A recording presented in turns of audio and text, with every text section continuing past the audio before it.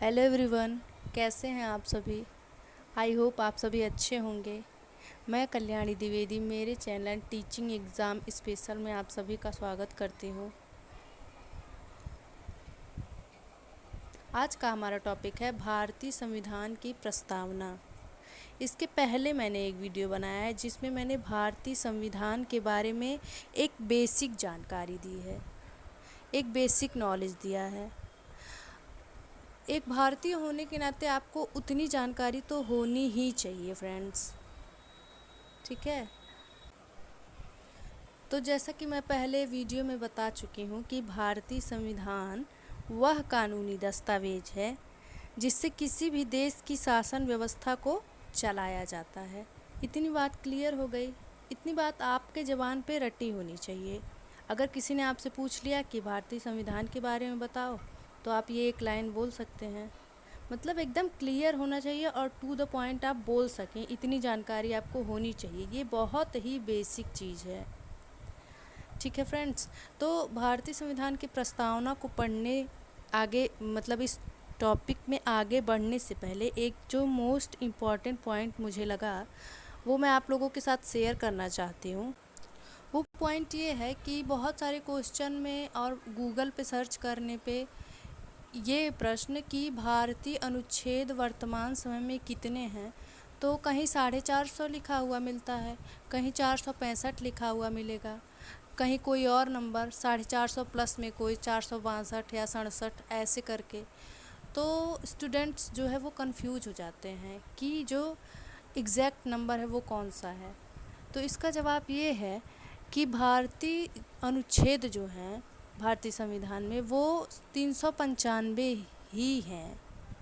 बाकी जो है वो बाद में संशोधन के उपरांत जोड़े गए हैं और उनको उन अनुच्छेद को उप अनुच्छेद कहते हैं, ठीक है। तो आप लोग अब कंफ्यूज नहीं होंगे इसके बारे में। और आज का जो टॉपिक है उसको कंटिन्यू करते हुए हम भारतीय संविधान की प्रस्तावना को पढ़ते हैं। देखिए फ्रेंड्स, भारतीय संविधान की प्रस्तावना जो है, अगर कोई संविधान नहीं पढ़ पाता है तो अगर वो भारतीय संविधान की प्रस्तावना को पढ़ता है तो उसको एक वो कहते हैं ना सरसरी निगाह से अगर देखा जाए तो प्रस्तावना से भारतीय संविधान में क्या चीज़ें हैं ये हमें समझ में आने लगती है।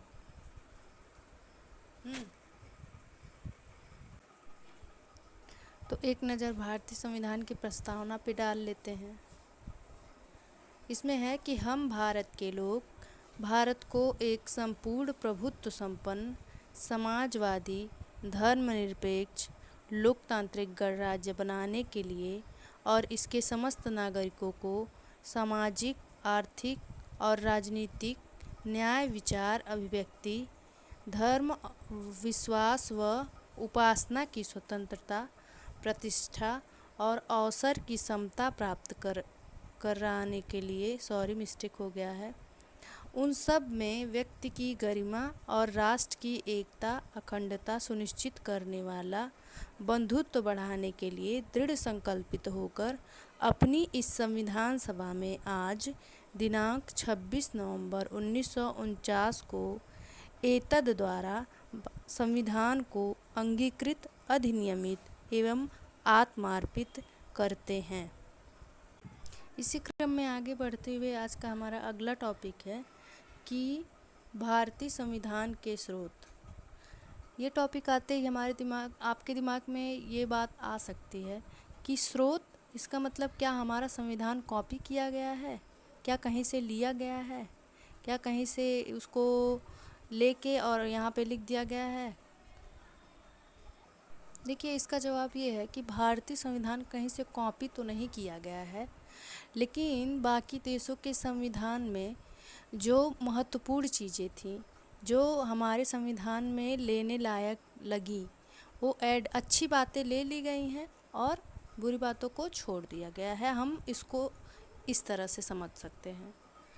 तो सबसे पहला जो इस टॉपिक में जो पहला पॉइंट है वो है कि ब्रिटिश संविधान।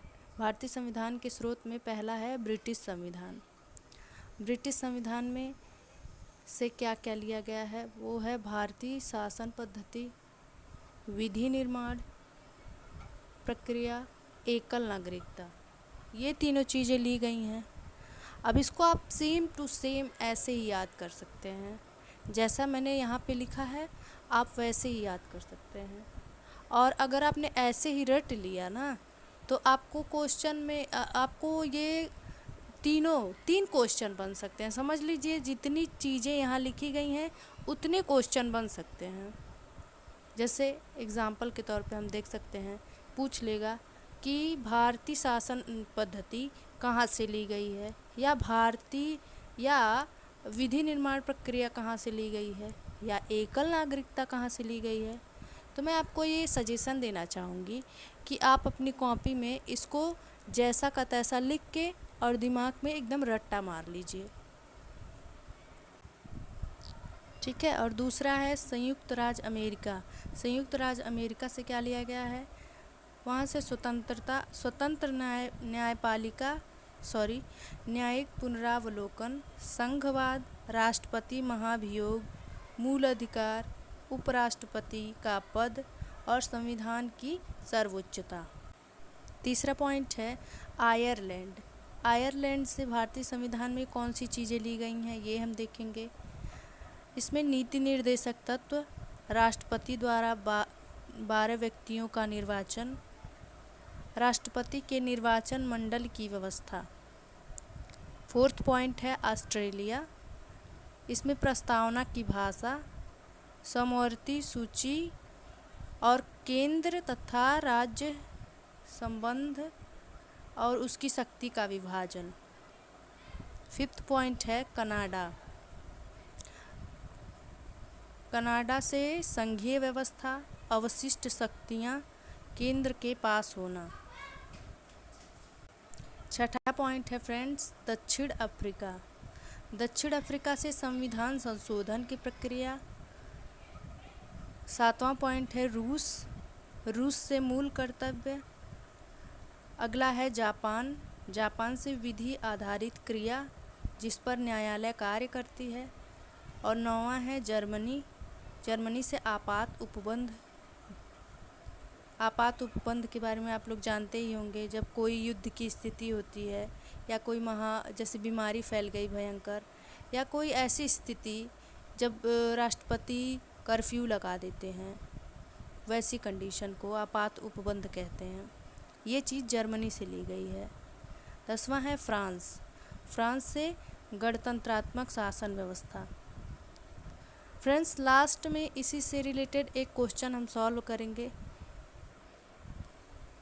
वो ये है कि भारत की राष्ट्रीय पुस्तक कौन सी है।